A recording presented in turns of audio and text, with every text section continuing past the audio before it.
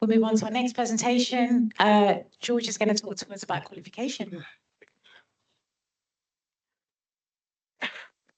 Good afternoon, everyone. This is it. This is the final presentation for the day, which you'll be pleased to hear. Sorry, let me just sort out the screen. So yeah, I'm going to be talking to you about the qualification health check. Please let me know if anyone says they can't hear me at any point. It only flips up there and I can't quite see that. But yeah, my name is George Player. Most of you have met me before, either in meetings or emails or one bilaterals and providing support like that. I'm the engagement lead for the performance assurance framework and qualification team in Elexon for the half-hourly project. So before we kick off, I'm going to provide a brief background on MHHS qualification. The REC and the BSc requires parties to be qualified to maintain their qualification, and qualification provides assurance that a party has appropriate systems, processes and controls in place to meet its requirements. The transition to MHHS arrangements requires REC and BSc parties to make material changes to their systems, processes and people. And as part of that, then they have to re-qualify in order to operate in those new arrangements. So there are parties with existing portfolios and new interoperability requirements that if not performed correctly, will impact consumers and other market participants. REC Co-Manager and Elexon, with support from the programme, have developed the MHHS qualification process to manage this activity and provide assurance that parties will meet their MHHS obligations before they can migrate MPANs into the arrangements. The DIP manager, as part of that, will also ensure that each party has met its DIP onboarding requirements, and these requirements are set out in the DIP rules, which were delivered last year. LDSOs and electricity suppliers are parties to both the REC and the BSc, and therefore will need to be qualified under both codes. And MEMS or MOPS or mowers, we flip around with that name as often as we like. I like MOPS, it's my favourite. They will only be qualified under the REC. And data services, which is a new role, which is sort of taking over from data collectors, will be qualified under the BSc only. Let's see. No, that's good. There we go. So before we talk about what's coming up and the future dates and deadlines and deliverables, I want to walk through some of the items that have been delivered to provide participants with the resources that they need for their qualification. So it's been a very busy year, as many people have said, and we've been delivering lots of work pieces and guidance for customers. Part of that is the qualification approach and plan and its associated annexes. My favourite is Annex 4, but we don't need to talk about that. The qualification assessment document, including the guidance and webinars and FAQ documents, have been delivered now. The smart exemption, which was agreed, and questions related to this have been implemented into the quad. That was only done in the last few months. Thank you very much to Michael Seeney, who I know is on the video. The non-SIT supplier and agent test scenarios and test cases have been baselined. The first initial quad submission window closed for non-SIT LDSOs and for SIT participants, and co-bodies have completed their first review of those quads, and participants are now in the draft and review cycle. And I've got a slide to detail the numbers that are in that pathway, and there are 2 that are completed, so well done those 2. The non-SIT LDSO qualification testing is underway. Thank you very much, Nicola. And there's been a review of the PIT deliverables for those participants in qualification 1 to 3, and wave 4 are due to deliver their PIT approach and plan on Friday, so good luck, guys. I do have a slide on that as well, just to talk through some lessons learned on that whole process that we got from the wave 1 to 3s. The qualification testing framework has been developed and is undergoing beta testing. Thank you very much to the participant involved with that. So I'm not going to go through all the details of the dates on this slide. We've left all the details in there because we know that the slides are going to be handed out to all of you. So please do refer back to that. I just wanted to update that are imminent. So those participants, as I said, in qualification wave 4 are due to submit their pit approach and plan on Friday, and that's this Friday, 28th of March, and therefore I have a slide today that will cover the lessons learned guidance from the pit approach and plans that we've reviewed for early waves. The co-bodies and the DIP manager are currently completing their review of the initial quads for non-SIT LDSA participants, and a few of you may now have initial quads completed, and others in this cohort will be in the draft and review cycle. Still sounds very familiar. We highlight the latest view of the quad progress in the slide later today. I also want to highlight that those participants in wave 1 and 2, you are soon about to enter your initial quad submission window, which for wave 1 participants is the 5th of May, and wave 2 participants is the 9th of June. And we, as I've said before, we're going to have a little slide on the lessons learned that we've had from the SIT participants and the non-SIT LDSOs. So we're going to walk through the timeline of the SIT and NVC and non-NVC plan on the page for qualification. So there are identical processes through, although different timelines between those SIT and non-NVC participants. Before we start, we always get this question. MVC means minimum viable cohort, and that is a subset of the SIT participants that comprise 2 of each role to prove the MHHS design. And due to the progression of SIT participants, SIT participants testing, resulting in a blurring between these 2 cohorts, the programme is reviewing the need for a separate and non-NVC cohort. However, this has not been finalised, and the programme will provide more communications on this in due course. So as discussed in the previous slide, both SIT and non-NVC cohorts have submitted their initial quads, and these are undergoing or have completed their co-body review. The SIT participant deadline for their final quad submission is by the 9th of May, whereas the non-NVC participants have their deadline on the 19th of September. The co-body final review will be completed for SIT participants on the 6th of June, whereas this will be completed on the 24th of October for the non-NVC SIT participants. And then both SIT and non-NVC participants will enter into the draft and review cycle, highlighted here as quad finalisation. With SIT participants, quad sign-off deadline for the 22nd of August and the 28th of November for non-NVC participants. We've had a few questions in the breaks about this part, so we're obviously aware that SIT testing is going on and being finalised during this quad finalisation. So for you guys, you'll be submitting your final quad on the date above, and what that means is we will then provide review and comments on those quads, and that will allow you to also complete anything outstanding in your SIT testing, as well as then we only need your director sign off when we've got following the quad finalisation, which is the quad sign off deadline, and that quad sign off deadline is the 22nd of August for SIT and 28th of November for non-NVC participants.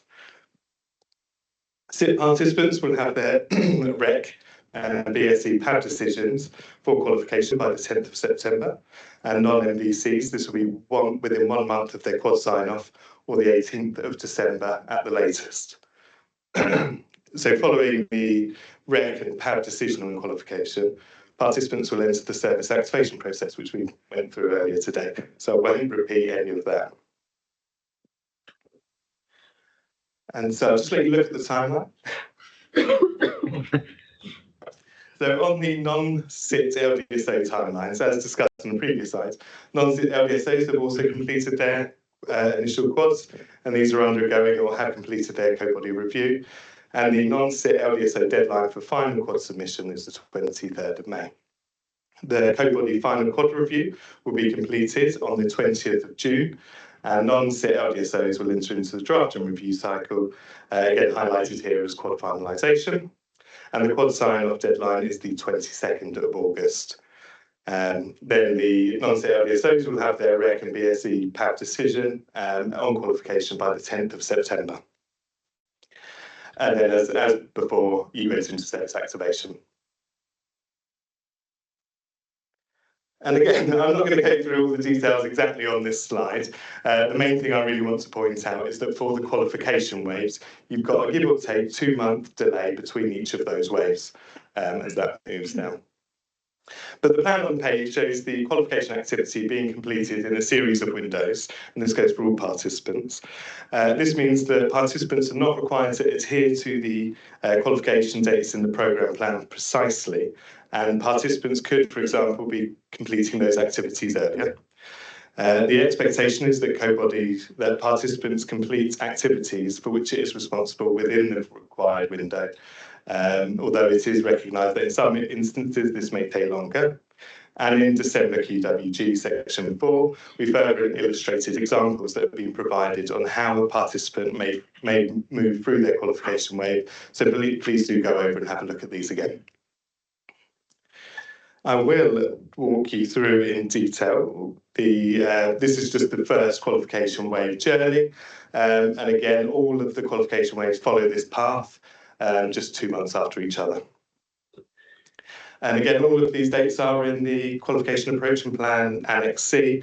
So please do have a look at that, and I'd stick it on the wall, and then you've got it there, and you can, then you've got no excuse. So as we discussed in the first slide, the initial quad submission opens for Wave 1 participants on the 5th of May and closes on the 11th of July. And once this has been completed, co-bodies and the DIP manager will review the initial quad submission within 6 weeks of its submission, or by the 22nd of August, whichever sooner. Concurrent to the initial quad submission window, the 6-week DIP onboarding window opens on the 26th of May, and participants are expected to have completed DIP onboarding activities by the 11th of July. Co-bodies will be providing further guidance and detail on DIP onboarding to the non-SIT supplier and agent qualification testing subgroup in April, and including the support which will be available from co-bodies throughout this period, and the support and activities that are included within DIP onboarding, as well as the DIP Q&A session that we've got going on in May. So following your DIP onboarding completion, participants will be onboarded to the qualification testing framework, as well as the ADO, which I think is your DevOps, isn't it? Yeah. And again, co-bodies and the QTF team have provided guidance and demos on the QTF, and we'll be providing bespoke support to participants as you're onboarded to the QTF and ADO. If you ever have a concern or an issue, email the MHHS inbox, and we can sit down with you and work out any issues that you might have. And once you've completed your initial quad, your DIP onboarding, your QTF, and your ADO onboarding, then the QT execution window opens. And for Wave 1 participants, this is the 25th of August, and it will run until the 9th of January for QT execution. And the final quad submission also opens for Wave participants on the 25th of August, and it closes on the 16th of January. And once this has been completed, co-bodies and the DIP manager review the final quad submission, or within 6 weeks of its submission, or the 6th of March, whichever sooner. Following the REC and BSc PAB decision on qualification, participants will then enter their service activation process.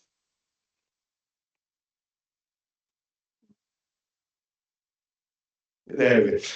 So now that we've had a look at those timelines, we've had a lot of deliverables. We've been reviewing those deliverables, and I just wanted to give you a view of where we were with those. So just very quickly, we've had the Wave 1 to 3 PIT approach and plans. And it's about 50 odd participants there.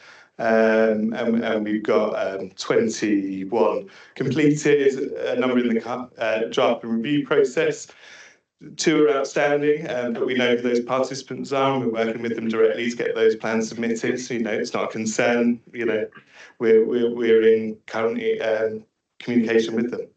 Then we've got a number there for the co-body review. That's the first initial co-body feedback that we provide for your plan before you then obviously enter that draft and review process. And as we've discussed in a few meetings recently, those initial quad reviews have been completed across all 60 participants in the SIT and non-SIT LBSO qualification waves, and yet 58 are in draft and review and 2 are completed. We're all ticking along.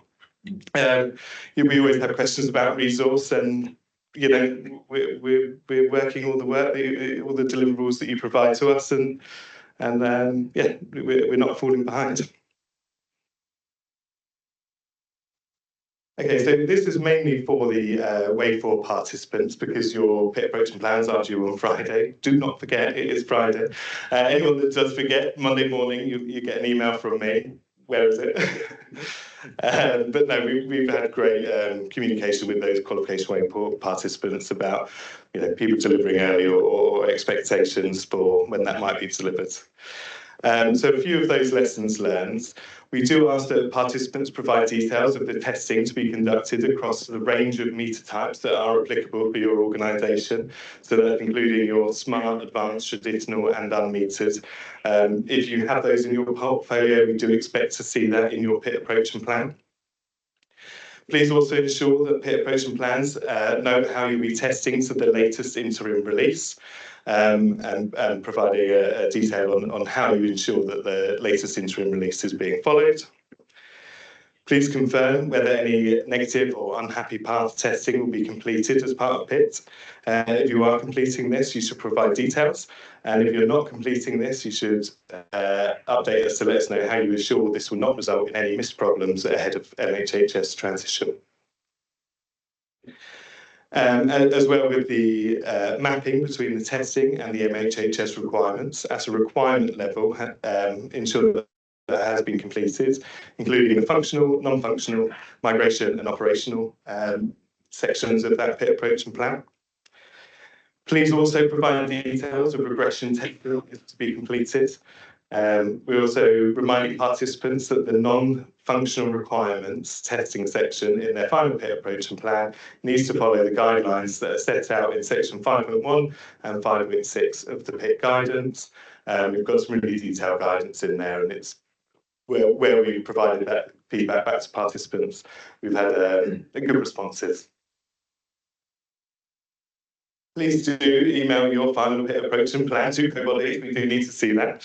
And you can do this at the MHHS Qualification at alexon.co.uk inbox.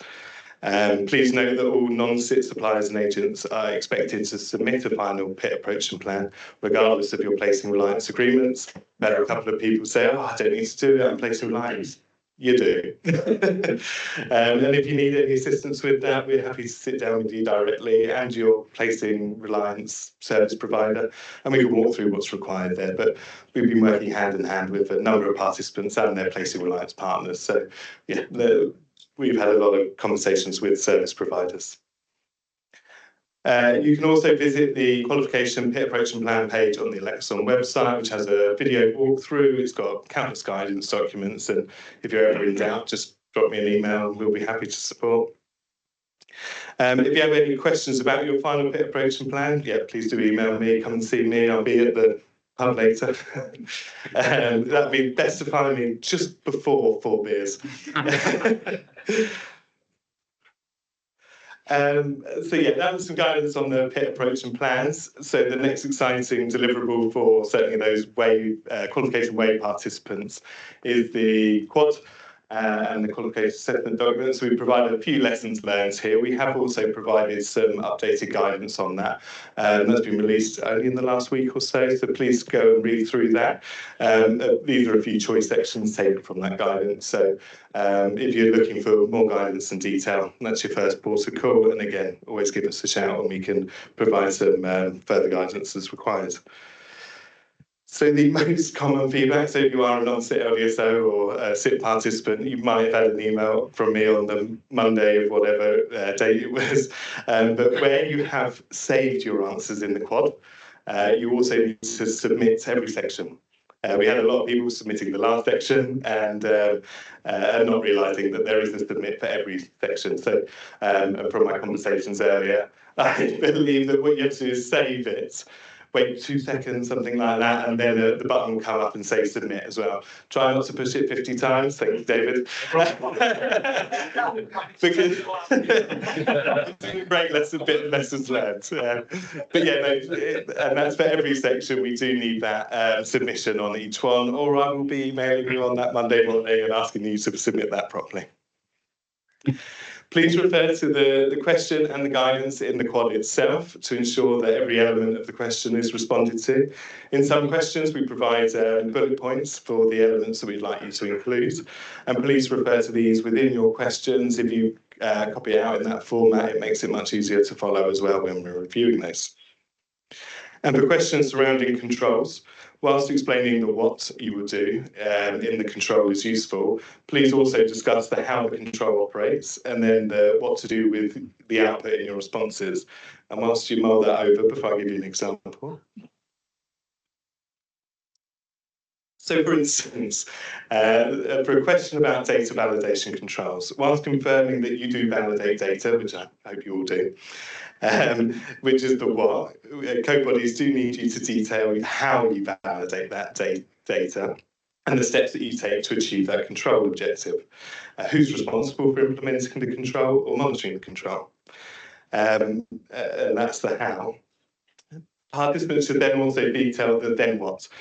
So this is what are the outcomes or the outputs from that control measure and what they are in relation to the question. Does it help you achieve data integrity, completeness or accuracy requirements? And this is key to a response that is comprehensive and easy to follow as part of your quad.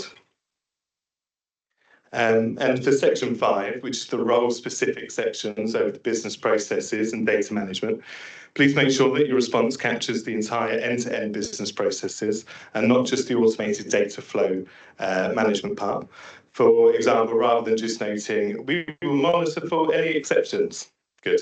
Please also provide details about how these exceptions are identified, such as through a report or a dashboard, and how you decide who is responsible for resolving the exceptions, and what steps they need to take to resolve those actions as well. So it's just providing all that additional detail behind the process. And remember, we're qualifying participants in a role. We're not qualifying just your technical solution or your service provider directly. And there's a specific example for section 4.4 on how you've reviewed whether there are any new or changed information security or data protection risks as part of the question. You may involve considering how your relationship with any third parties and the activities they have done are completed. However, we also want you to consider what you as a participant have reviewed. How have you determined whether any information security policy or control changes are needed to mitigate the risk? Any updates that your service providers provided, have they been properly reviewed? Are they fit for purposes for you to meet your requirements? You will receive email notifications notifying you that a quad section has been reviewed by all applicable reviewers. And if this email notes that the quad section has been rejected, you will need to resubmit the quad based on the feedback provided. If the email notes that the section's been accepted, then no further review comments would be provided for that quad section within the same review iteration. However, an accepted initial quad might include some observations that will be needed to be completed as part of your final quad. We do advise all participants to respond to feedback sooner rather than later, and please don't wait until the end of the review window, as it allows for the REC and the BSc to review your amendments, and if required, provide further feedback in that draft and review cycle, and ensure that we're providing you with the most accurate details on how to provide an acceptable answer within that quad. And you can only progress to the final quad if 2 conditions are met. All the sections within your quad must be approved, and after approval, each section's statuses should change to complete. And the second part is that 2 qualification testing results must be submitted for all roles applied for. And where there are quad sections rejected or awaiting your update in the initial quad, then the quad will not progress until the final quad, until the relevant information has been added or has been approved. And yeah, so we're going to have a quick discussion about the QTF and the beta testing that's been completed. So I will say a huge thank you to our beta testing participants. They have done a fantastic job. The way that you've engaged with the process has been fantastic, and the work that you've done has been really valuable to the QTF team, and the QTF team have asked me to pass on their thanks. So I'll firstly mention the areas that have been successfully validated in this approach. So we've successfully validated the MS Teams channel and the communications area, and that's also including the use of Teams for evidence sharing. We've also done a validation of the DIP onboarding, including the global sign process. And as part of that, we provided a lessons learned back to Avanade, who are the provider of the global sign process. The migration qualification test cases have been successfully executed and evidenced. And there have been successful loading of data from an MPAN file, as well as ISD and MDD contents. But beta testing doesn't stop there, it's continuing, and there are a few areas where co-bodies in the programme are collaborating further. The beta testing is raising queries regarding data, and co-bodies and the MHHS design team are collaborating to ensure these areas are clarified. And the QTF team have developed and are implementing user interface changes as a result of the lessons learned from during beta, and ensuring that you have better interactions with the QTF as a user. And whilst we've had beta testing volunteers for the supplier role, there's not been any volunteers from the data service or metering service roles. And this does present a risk around the validity of these QTCs. But we have struggled, and you know, we've reached out to loads of participants and had conversations about their ability to join that beta testing process. So the QTF team are also collating a FAQ raised during the beta testing phase, and will ensure that these are incorporated within the help section of the QTF. So all that good stuff and the lessons learned that have been done will be hosted on the QTF itself. The QTF team have also been very busy in the last few months, providing demos for participants on the various areas of the QTF, including the QTF overview, message comparisons, and the onboarding of MPANs. So they are available on the collaboration base, and I believe I put them in the last slide as well for your reference when the slides are made available. Before we run over to the DIP onboarding side of things, I just wanted to let you all know that this is the slide with all the resources on. It's got all the guidance, the meetings and the workshop, and the engagement contact. And I also just wanted to highlight the Assessment Assurance Working Group, which is a group I host as part of my work with the PAF team, and Holly mentioned that earlier. So if you are interested in joining that, please email the MHHS PAF team, and we'll get you signed up to the distribution list. Yeah, pass over to Jess. Thank you. I believe this is the final slide, so we're nearly there. And I just wanted to run over a couple of bits of engagement that the DIP manager are doing over the next few months to get everybody onboarded, and the sort of wave-specific work that we're doing. I'm going to jump to our second point first because it feeds into the first point. So we're holding approximately 4 weeks prior to every wave of onboarding, we're holding a webinar that Rob, our solutions architect, hosts. He has come up with a very thorough step-by-step guide on the, I'm calling it the pre-onboarding, but I'm probably going to get shouted at, but the pre-onboarding bits of work that you need to be done per participant to be allowed to go on to the testing part of the onboarding process. That includes a step-by-step of how to go through Global Sign and get all the certificates. I know that could be quite a fiddly piece, so he has taken loads of screenshots and gone through all of it himself. How's this? The top point. This is also going to be created into guidance, and I am aiming to get that onto the website by mid-April. So we're going to have a whole new DIP space on the Electron website, and all of this brilliant guidance that Rob's created is going to be fed into there. That's it for those two. Final bit again, just to say that we are going to be hosting a Q&A session in mid-May. More information will be out in April. What I'd really like to ask of everyone is if you do have DIP manager specific questions, I know it can be a bit difficult to distinguish kind of where those questions sit. What I'd recommend is having a look at the specific DIP rules, any sort of questions that surround those. Please do email them in. I'll try to get them answered sooner rather than later, but what I will be able to do is respond back and say, we can include this section in the Q&A session, and hopefully then as well we can have sort of a big enough day to warrant hosting it maybe in person here again. If not, it might be a webinar that can also be fun. But yeah, so that's it from me. Yeah.